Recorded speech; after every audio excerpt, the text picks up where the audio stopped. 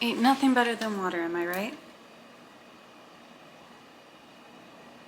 I'm trying out different angles where to take this video because the last angle I had was like facing just the books, and now that I cleared out my Christmas tree, I thought it was time that I start like trying to figure out my reading corner. Hey everyone, and welcome to my channel. My name is Stephanie, and here we talk about books, wellness, lifestyle, whatever I feel like talking about really.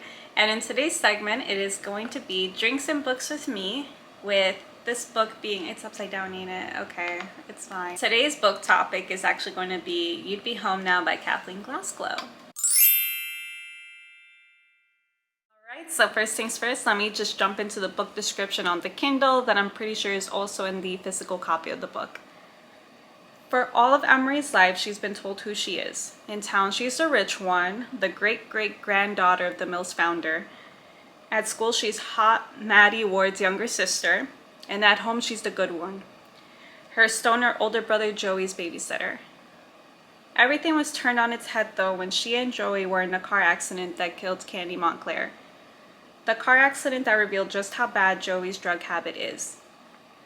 4 months later, Emmy's junior year is starting, Joey is home from rehab, and the entire town of Millhaven is still reeling from the accident. Everyone's telling Emmy who she is, but so much has changed, how could she be the same person? Or was she ever that person at all? Millhaven wants everyone to live one story, but Emmy's beginning to see that people are more than they appear. Her brother, who might not be cured, the popular guy who lives next door, and most of all, many ghosty addicts who haunt the edges of the town. People spend so much time telling her who she is, it might be time to decide for herself. A journey of one sister, one brother, one family, to finally recognize and love each other for who they are, and not who they are supposed to be. You'd Be Home Now is Kathleen Glasgow's glorious and heartbreaking story about opiate crisis and how it touches all of us.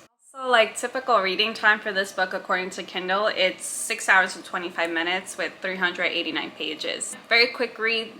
I'm trying to like navigate through all these books before February. It took me, I believe, 2 to 3 days to finish this book. I wrote it on my book journal, so I can't remember right now. It didn't take me as long because I got really interested in the book about halfway in, or whenever she started taking drama is when I got like really into the book, just because I have a theater degree. Whenever books take place with like the drama class, I'm like, okay, what are they teaching and what do I know about it? Like, did I have this kind of lesson before and stuff like that? So I get really interested. So this is the book cover of You'd Be Home Now on the Kindle. Again, it is black and white since Kindle does not offer a colorized version of these book covers. And as you can see, this handwriting, well, font is a little bit similar to her book called Girl in Pieces, except without the lines on the words, you have pills.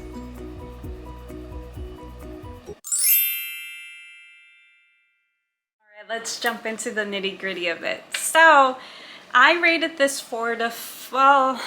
I was struggling to rate it between 3.5 to 4 stars, only because, like, again, it was very triggering. I didn't read if there was a trigger warning or not, so that may or may not be my fault. But what interested me into getting this book on the Kindle was just more, I did hear about Girl in Pieces, and I was very on debate as to whether or not I want to read that book, just because it is also very triggering. Just based on the cover alone and what the synopsis is, I'm just like, yeah, I'm gonna pass on that for now, but I'll get to it when I get to it. Since this one deals with like pills and addiction and stuff, I thought that this would be more interesting to read, especially being that it's young adult and it takes place in high school.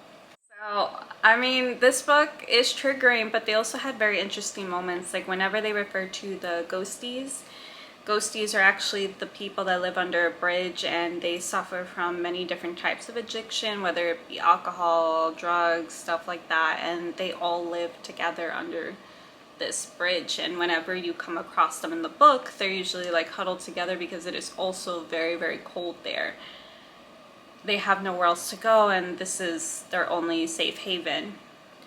And this is actually very similar to reading The Scarlet Letter, or if you've read The Plate in the Blood. If you've read that book and you've liked it, then you're going to be interested in this book as well. And I wouldn't say that this book has a happy ending, but I wouldn't say that this book has like a horrible ending. I feel like that the ending was very realistic and to the point with like reality when it comes down to people who have addictions and have to go in and out of rehab a lot, whether you are a teenager or an adult, which is also why I enjoyed this book a lot.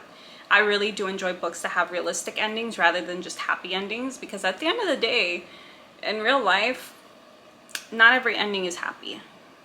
You know, some are just open-ended, or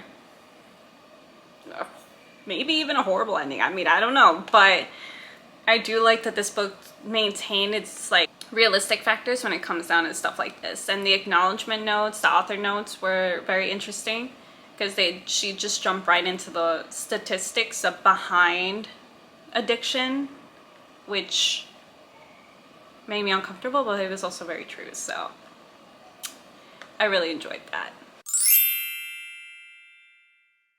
Just some highlights from the book. I'll read one from early on in the book and one from later on in the book.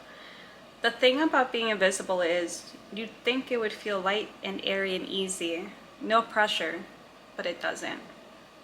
It's the heaviest thing I've ever known. And that was said by Emery, I believe. And then the second highlight I would like to point out is to appreciate what I have in the here and now, to not miss it, because it might be gone at any moment, and we can't control that, no matter how hard we try.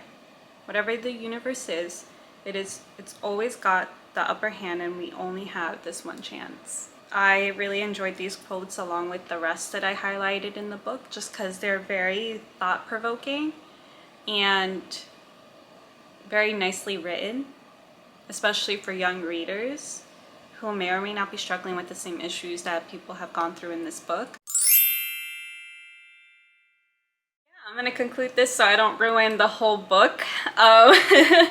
Thank you so much for watching, and if you do enjoy young adult fiction, books about addiction, books that can make people uncomfortable, definitely pick this book up. I recommend it. I do want to read Girl in Pieces, and actually the Kindle version comes with like an excerpt?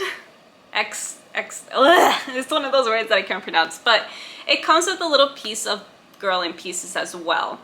I'm not sure if the physical copy has that, but if you wanted to read a little bit of Girl in Pieces, the Kindle version at least has that at the end of the novel, where you get to read a little bit of it. Yeah. I'm currently reading The Silent Patient because I heard so many good things about that, so I will be making a review whenever I finish reading that book. And with that, I'd like to wish you a great day, a great evening, a great week whenever you're watching this, and stay tuned for the next book review. Okay?